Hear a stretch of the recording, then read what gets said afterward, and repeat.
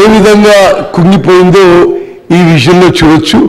ఒకటి straight forward photograph, ఒకటి side నుంచి తీసుకున్న ఫోటోగ్రాఫ్.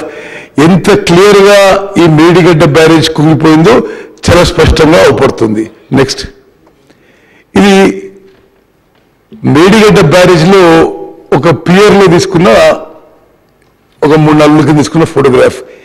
ఏ విధంగా కట్టిన 3 ఏళ్లకే పూర్తిగా కొలాప్స్ వచ్చిందో ఈ ఫోటోగ్రాఫ్ ద్వారా మరి చాలా స్పష్టంగా సభ్యులందరికీ నేను మనవి చేస్తున్నా.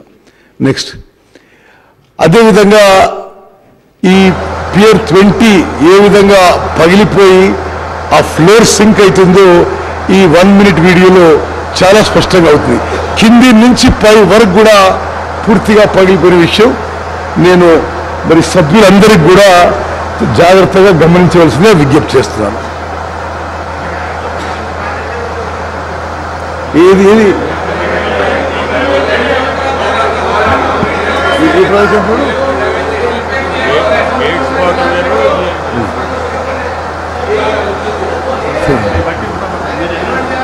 ఓకే సరే,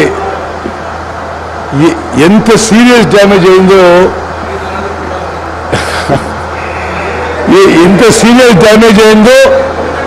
సభలో ఏ పార్టీకి చెందినా దయచేసి గమనించవలసిందిగా నేను సవినయంగా విజ్ఞప్తి చేస్తున్నా. ఎంత సీరియస్ డ్యామేజ్ అయిందో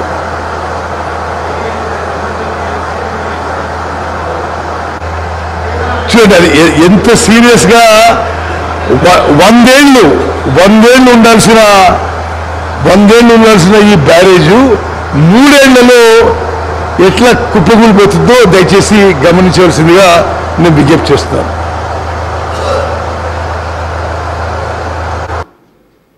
ఓకే, ఇప్పుడు సభ దృష్టికి నేను ఇంకొన్ని విషయాలు తీసుకొస్తున్నా. ఒక పెద్ద మనిషి ఏమంటాడు, మాకు అప్పచెప్పండి మేము రిపేర్ చేస్తామంటారు. అసలు మీరు కట్టిందే ఫాల్టీ డిజైను,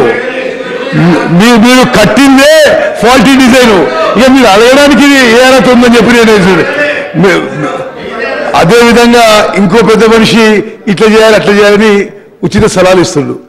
స్పీకర్ సార్, వాళ్ళ నిర్వాహకం వల్ల, ఫాల్టీ డిజైన్ వల్ల, ఫాల్టీ కన్స్ట్రక్షన్ వల్ల, కరప్షన్ వల్ల, పూర్ ఓఎండ్ఎం వల్ల మేడిగడ్డ బ్యారేజ్ కొలాప్స్